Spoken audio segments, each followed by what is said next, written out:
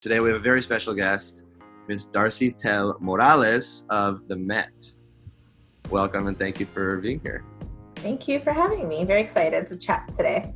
Me too. Tell us about your role there and how you got started. Sure. So I oversee family and teen programs at the Met, which is in the education department.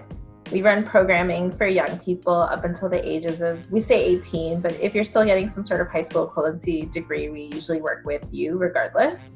And so we oversee large-scale events for the museum, like festivals. We oversee programs that run for young people for several weeks. We do workshops, we do summer programs, we do internships for teens.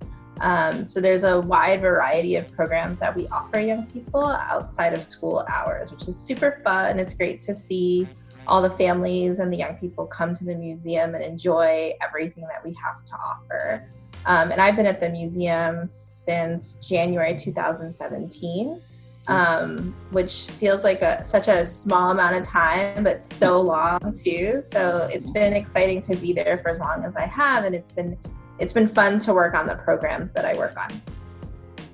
Yeah, and it's good that you mentioned that, because I think a lot of people, when they think of museums, they think about, older folks going and kind of this hoity-toity atmosphere.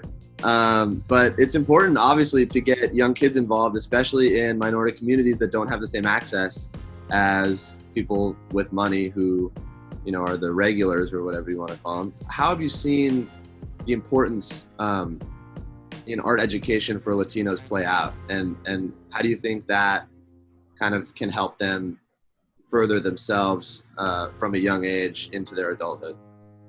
Sure. So what I love about art education is that it's so much about people's identity and who they are and what they relate to. And a lot of the art that we have at the museum, because it's an encyclopedic museum, it goes across cultures and times. It really tells a full story about civilization, people. And so what I love about our collection in particular, and it's the thing that I've sort of been thinking about as I've worked there for as long as I've worked there, is like, what are the works of art in our collection that represent Latinos, especially where I'm from, which is Puerto Rico and Dominican Republic. And it's so fun to discover something new that I don't know about, but maybe other folks do, about my culture, about where my people come from. And so I've learned a lot about lots of cultures, not just Latino culture at the museum. And it's just from viewing art, from viewing the works of art that we have, learning about the artists that we have. And what I love about the Met's collection is that we're really thinking about where things live. And so there's a great Puerto Rican artist that's in our American art collection. And sometimes people think that that's strange, or they're like, why is it in a different area? And it's like, well, Puerto Rico's a part of America. So that's why it's there. And like, there's a section that there's Mexican art within the American art collection. I think people sometimes think that Latino art should be separated from American art in a lot of ways, but it's not. Like, it's all the same. So, or it's all connected. And so I like that the museum likes to make those connections for our visitors, and that we like to talk about the connections that you can make, the influences. We talk about how complicated it can be to think about the different areas and how they all sort of mix, but they don't. But, it's fun to just discover new things within the museum. And so we're a huge collection. I mean, I've never even walked into every single gallery we have in that museum. No way. How do you think art has played a role in your life, and why were you inspired to give back to the community in the way that you do? So I have an uncle who's a photographer. I didn't really know a lot about his photography growing up, but it was always sort of around. And my parents were really into education. They're like, you need to get educated, you need to go to college. I was like, okay. But I didn't know a lot about art, like artists and art as a career. That wasn't something that we were exposed to. I mean, Right. I grew up in the South Bronx. It was about 5 miles from the museum, and I never even walked into the museum as a young person. And so as I started to get older, and I took really cool art classes, I had this portfolio, which helped me get into an art college after high school. I started to learn more about art careers. And so even though I was an illustration major in college, I realized that the thing that I was most passionate about was providing access and resources for young people to expand their world, to learn more about what's out there, to understand what sorts of careers are out there for them. And so I started working with young people in particular, young people who look like me, young people who were from communities like I was from. And predominantly we were doing like college access work, but I realized that I was incorporating the arts into everything I was doing because I realized that young people really connected with the art and really wanted to learn more about it, or were being inspired by it to create art, to create writing, or like you did math projects with art. And so as I started to go through my career, I realized that I really loved being able to connect young people with art careers. And when I saw the job open up at the Met, it was exciting for me to apply, but I was also scared because I was like, I don't know that I'll get this job. I've never worked at a museum before. I didn't even know about museum education. And so I had to do my own research. I had to figure out what it looked like. I had to make sure that like my experience connected with the job, of course, which is what people should do. And so when I started working there, I was just fascinated by how much more I was learning, even as an adult, about art careers, we have amazing science departments at the Met, like conservation and scientific research. I didn't know that those were jobs that people did. I didn't know that there was this connection between art and science in that way. And so the work that I love to do is just always connecting young people with those opportunities, to meet my colleagues, to be inspired by them, to then think about what they want to major in college in a different way, or maybe pursue as a career.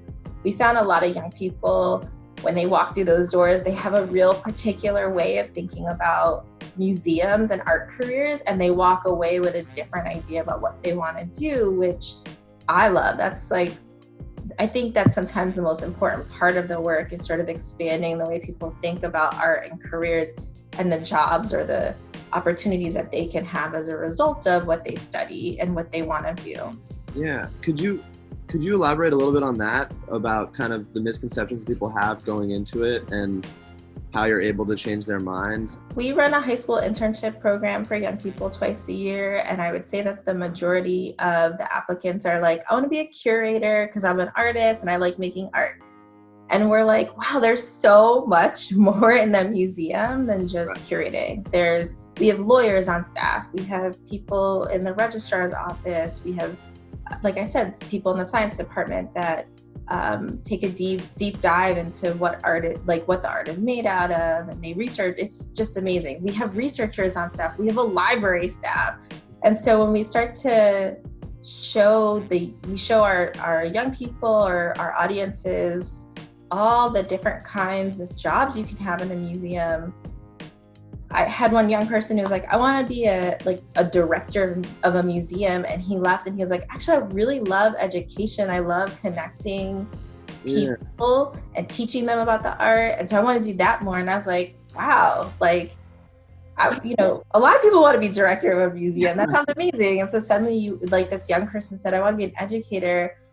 It just was incredible. And so I just, I've seen so many young people sort of walk through the door and they think very narrowly about I want to do this one thing. And then suddenly they're like, I do like science, or I didn't know science could be as creative as the arts. And so now I'm rethinking how I can do that. Or we've had young people say I really love medieval art. And I'm like, did you know anything about medieval art before this? No, but I met the curator and it was really cool. So it's fun to be able to do that for them, to have them think a little bit more about their interests and change the ideas of what they thought they wanted to do. Yeah, and you're creating a model for them to do that with other things in their life too, and leave them open. There's as people get older, not always, but you can get a little more rigid in their beliefs, So it's nice to really open these kids up to new possibilities at a younger age, and that kind of culture within them can carry through the rest of their lives. Yeah. Teens Take the Met. It's something that you put on regularly, but this is the first virtual one, I believe. Correct. Yep. So quickly, just tell us what it is, first of all, and kind of maybe what the differences are now that it's going digital? Sure. So normally we do Teens Take the Met twice a year in the museum. It's an in-person event where we bring together over 40 community-based organizations to do programming within our galleries and our education space. As the museum moved to close, we were like, we have this on the schedule. Like, what are we going to do? We should still do something and celebrate like the work that our partners do. And so for May 29th, we are still moving ahead with our plans. We're bringing our Teens Take the Met virtually. It will live on social media. So our main platform is predominantly Instagram. Most of our activities we will feed through our own Met Teens account. So our young people have their own Met account, which is pretty amazing. And so we're able to sort of host the schedule. We're able to host some of our community-based organizations that don't have their own social media accounts to do a range of things throughout the day. So you'll find like art making tutorials, which is we do art making within the galleries when we're together in the museum. So it's great to be able to translate that into an online platform. We'll have like dance tutorials, which it's something that we love to do in the museum. So it's great that we've had organizations think about how to do that virtually.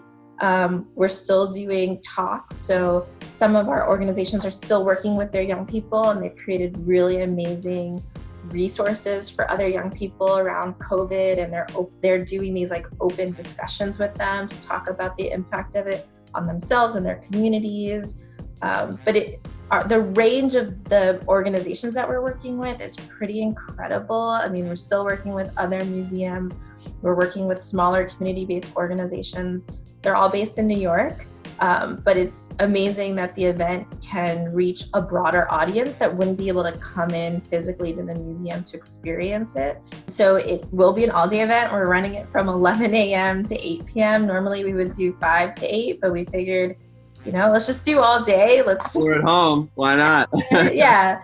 Let's put content out there all day. Let's make sure we're engaging with our audiences all day. So you'll find anywhere between 2 to 4 of our partners running activities throughout the day. And then we get to end the night with a dance party via Zoom, which is always super fun. That's so cool. What can families and teens and kids do year-round to get involved with the Met and just art in general?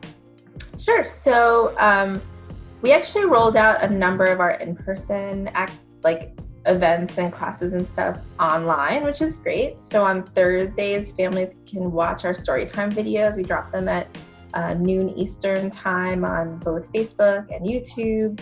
And our educators are still moving forward with doing like a storytime book, like reading it, and then talking about a work of art, as well as an art making activity they can do that relates to the book that they just read.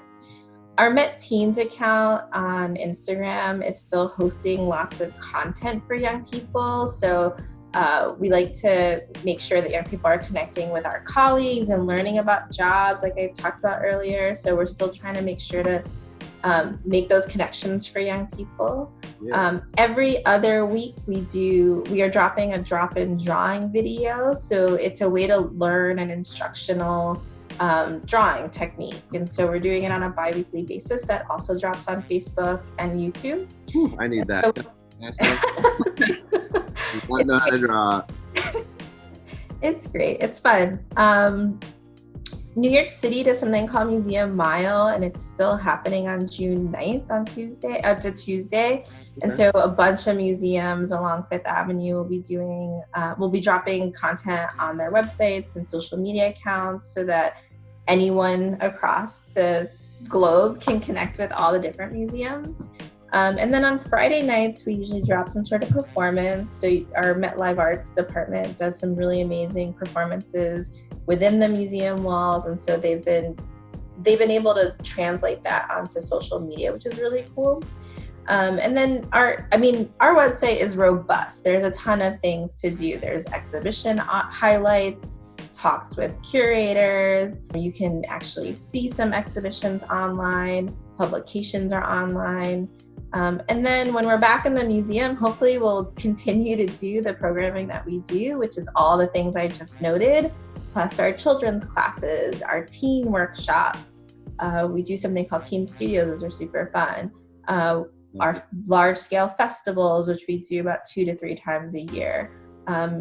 We were supposed to celebrate the Mets 150th this year, but our big celebration will happen in 2021.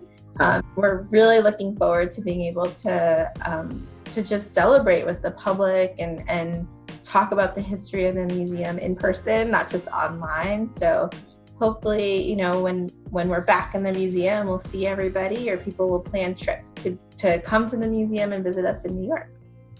Yes. Well, thank you so much for being here. Thank you. I learned so much myself, actually, that I didn't know. So May 29th is the day. Yeah.